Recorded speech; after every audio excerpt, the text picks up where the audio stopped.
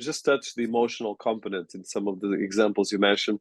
So some of the things you have is, for instance, I think one chapter that's quite interesting is from position to touch points, and then you have why emotion doesn't help, and there's even, for instance, a couple of infographics that I recommend people to look in the book, where you have, for instance, enjoyment, excitement, adventure, autonomy, discipline, and security. And that this touches all the different areas, but it's very difficult to put this working together.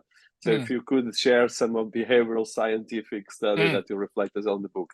Sure. So what you've just described is the model that we use for goals. So what motivates humans? So those 6 fields you mentioned: autonomy, discipline, security, enjoyment, excitement, and adventure are universal, and within them are a number of goals at a more granular level. So that's very useful when you to work with a brand positioning versus where the category in which the brand operates is positioned, where your competitors are positioned. And this is all stuff that can be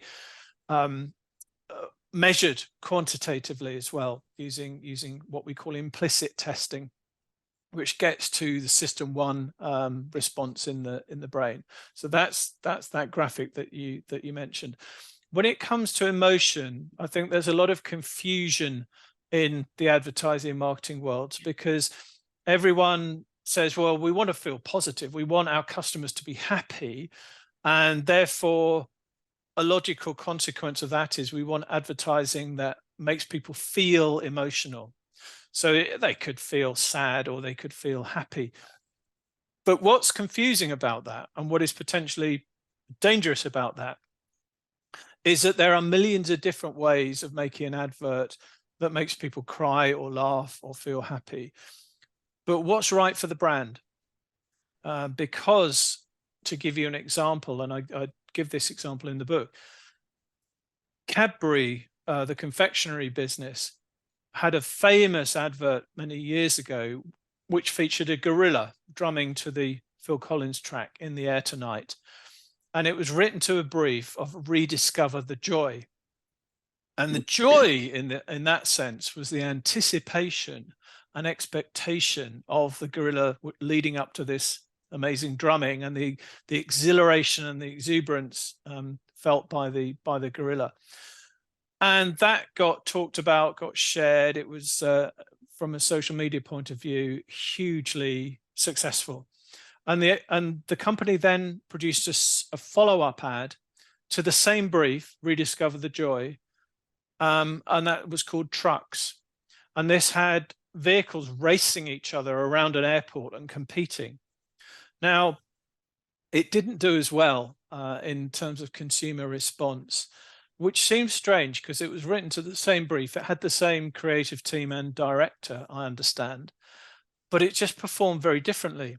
But when you look at joy from using the goal model, you can understand why, because the joy of winning, which is joyful, if winning is what motivates you, looks and feels very different to the joy of sitting down with a good book and a cup of coffee, or the joy of parenthood, or the joy of discovering something, or the joy of watching your favorite team play well. They are all joy. They all make you feel joy, which is the outcome. But the advertisement that would lead to that and cause that outcome would be very, very different depending on what type of joy you're talking about. So for us, we always say, focus on the goal that you want to convey and activate. And the emotional response you get, if you do that correctly, will be positive. People will feel good or feel happy or feel joy. But don't use that as the input. Use that as the desired outcome. You know, if I'm playing tennis competitively and I want to win, and I am winning, then I feel good. I feel happy. I feel joyful. If I'm playing tennis to win and I'm losing, I feel angry, frustrated, sad. So the point is here that the goal is winning. The goal isn't joy or anger or frustration or happiness or sadness or surprise or whatever it might be. It's not the emotional outcome. The goal is what drives the outcome. So that's a very important distinction, and why we always work with this 6-field goal model to say to clients, understand what goals to associate with your brand. And if you can deliver that through all of your touch points, whatever they may be, then you will get the emotional response that you desire. The emotion is like a feedback mechanism to the brain. It's not the motivator itself. It's a feedback on the extent to which you are meeting your goal or not. Like the tennis example. If I'm meeting my goal, I feel something. If I'm not meeting my goal, I feel a different emotion. And it helps us learn. It helps us change and do something differently. No, it's really completely very powerful and emotional, but as I would say, inspiring part of how you deal with this.